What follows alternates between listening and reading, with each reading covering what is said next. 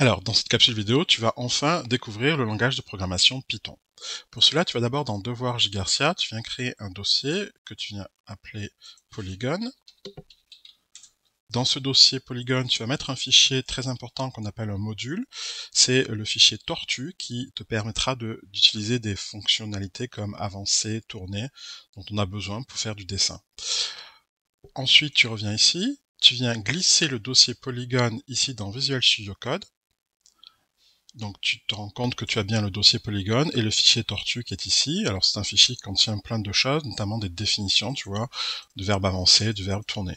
Alors ce fichier, on n'y touchera pas. Tu viens ici créer un nouveau fichier, d'accord? Donc tu vas l'appeler par exemple main.py. Alors main, ça signifie principal en anglais. Ensuite, tu vas vérifier que toutes les extensions sont installées. Donc tu vérifies que Python est installé. Donc Python, tu tapes Python ici. Alors s'il n'est pas installé, tu l'installes. Moi je l'ai déjà installé. Je reviens ici et je vais commencer. Alors je veux que ma tortue avance. Donc je vais utiliser le verbe avancer. Alors tu vois, il me met en jaune. Il me met du jaune en dessous, ça veut dire qu'il ne connaît pas cette fonction. Pourquoi il la connaît pas? Parce qu'elle est définie, cette fonction, ici, dans le module tortue. Donc il faut aller chercher cette définition. Je vais aller chercher toutes les définitions en mettant from, ça veut dire à partir de, du fichier tortue, from tortue. Donc import étoile, ça veut dire que je vais importer toutes les définitions. Alors j'oublie pas de sauvegarder également, donc je viens ici dans fichier et je fais donc enregistrer automatiquement. Voilà.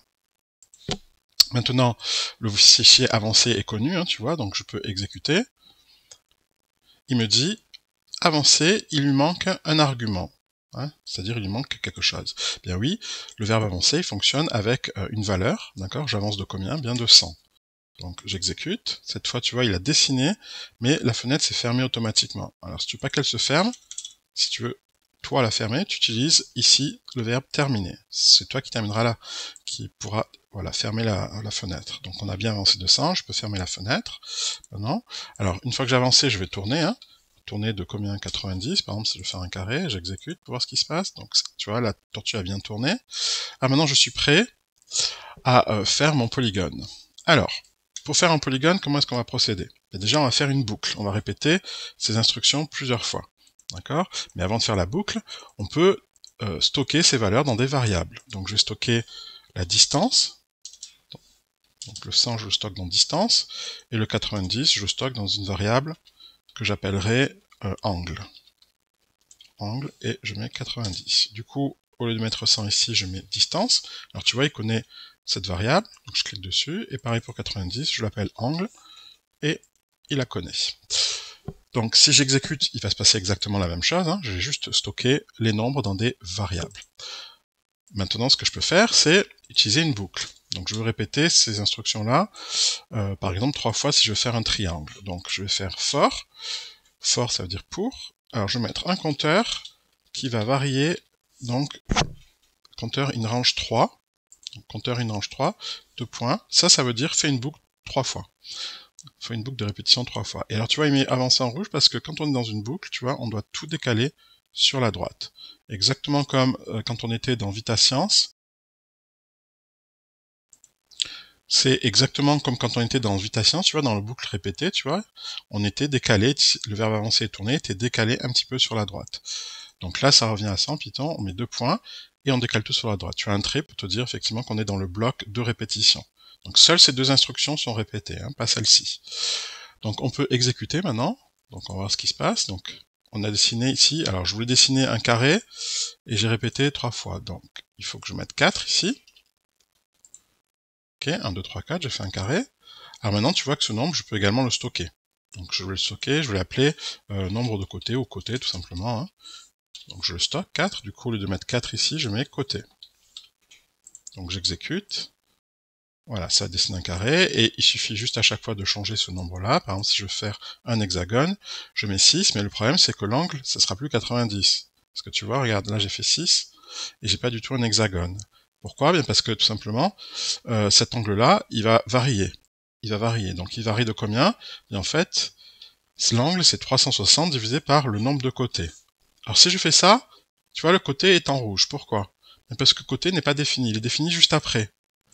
Donc on ne peut pas ici utiliser des variables si on ne les a pas définies, c'est-à-dire si on n'a pas donné de valeur. Alors côté ici, il y a une valeur qui est donnée juste après. Donc il ne faut pas mettre côté égale 6 ici, il faut le mettre juste avant.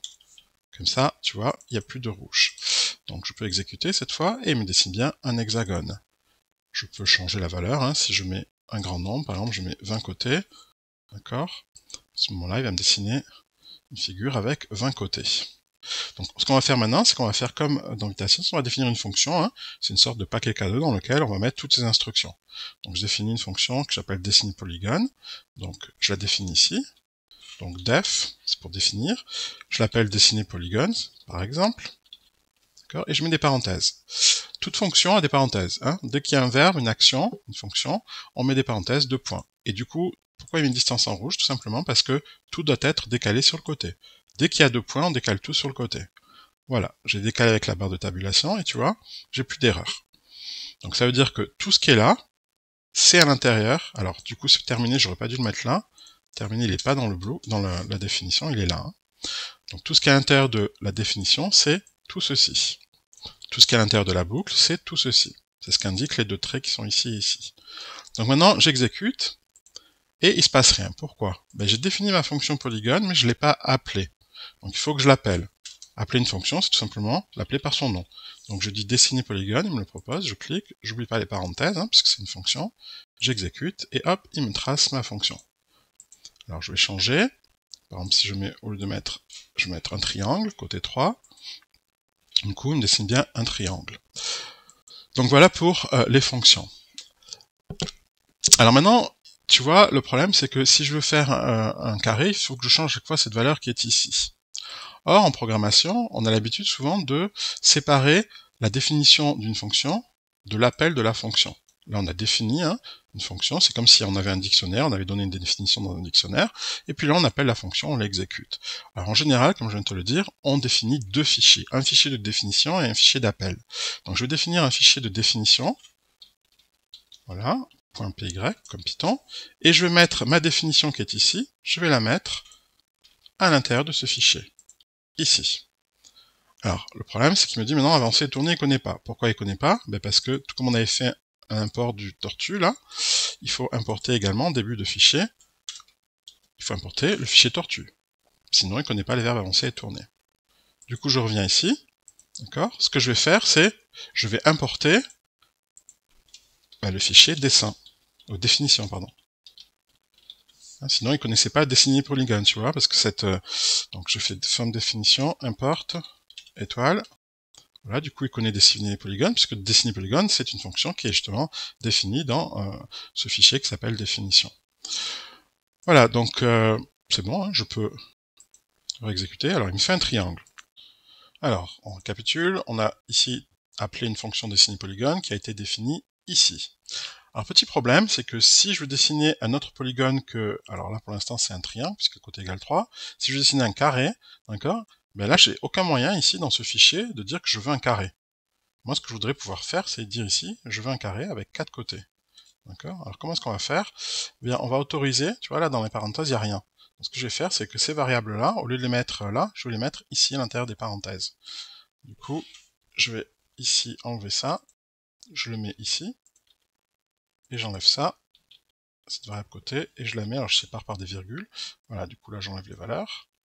Ok, du coup, ce qu'on appelle ces variables-là, on les appelle des paramètres. Hein.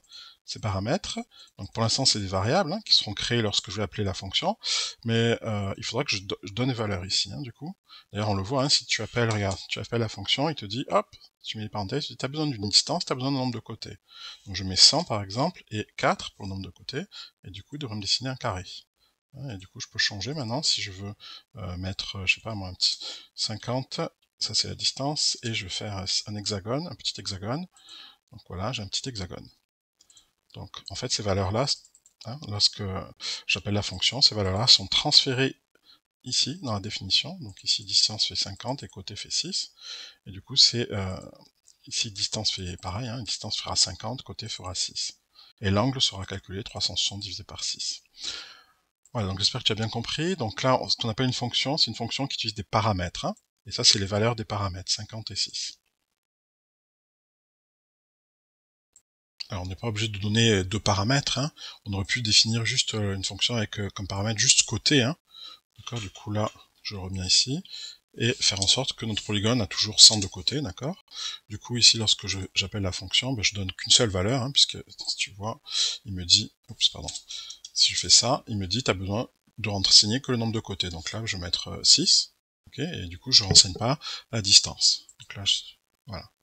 Donc le nombre de paramètres, c'est toi qui le détermines en fait, hein. Là, j'ai fait une fonction avec juste un paramètre.